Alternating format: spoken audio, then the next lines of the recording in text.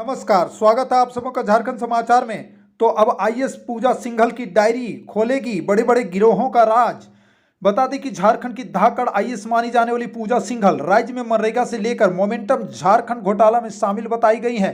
हालांकि विभागीय कार्रवाई के बाद तब के मुख्यमंत्री रघुवर दास और मुख्य सचिव राजबाला वर्मा ने पूजा सिंघल को इन आरोपों में क्लीन चिट दे दी थी। इधर पूजा सिंघल के दूसरे पति अभिषेक झा के प्लस अस्पताल की जमीन की जांच का आदेश दिया गया है। इसमें सीएनटी एक्ट के उल्लंघन की बात सामने आई है। ईडी की छापेमारी पूरी होने के बाद अब प्रवर्तन निदेशालय ने सीबीआई मुख्यालय को पत्र लिखकर पूजा सिंघल से जुड़े पूरे मामले की जानकारी दी है।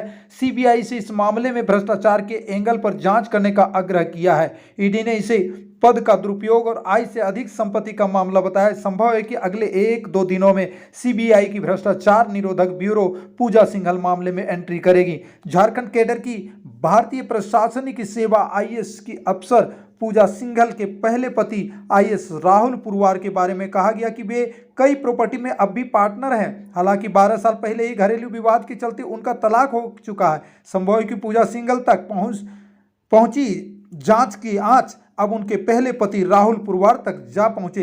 राहुल पुरवार फिलहाल स्टडी लीव पर हैं। राहुल पर भी भ्रष्टाचार कमीशनखोरी के संगीन आरोप लग चुके हैं। एक मौके पर हेमंत सोरेन ने टाटा प्रोजेक्ट्स का भुगतान रोकने को लेकर उनके खिलाफ गंभीर आपत्ति जताई थी। पूजा सिंघल और उनके दूसरे पति अभिषेक झा के पल्स अस्पताल में भी उनके पहले पति राहुल पुरवार पार्टनर हैं। साझेदार की भूमिका से आगे पूजा सिंघल के दूसरे पति अभिषेक झा की संपत्ति को भी ईडी ने सिरे से खंगाला है।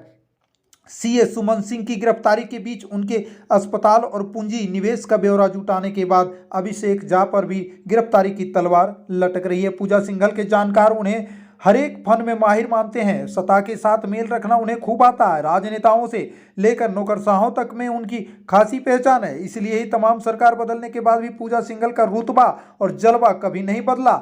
वह विधायकों से भी बेहतर संबंध बनाकर रखती है ताकि विधानसभा में उनके विभाग से संबंधित सवाल पूछे जाने पर उसे दबाया जा सके।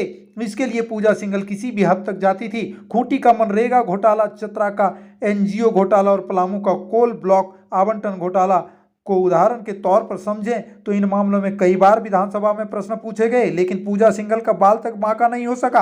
बहरहाल स्वतः के गलियारे से घूम फिर कर मामला केंद्रीय जांच एजेंसियों तक पहुंच गया है। ऐसे में अब कार्रवाई से बच पाना पूजा सिंघल के लिए मुश्किल ही नहीं, नामुमकिन हो गया है।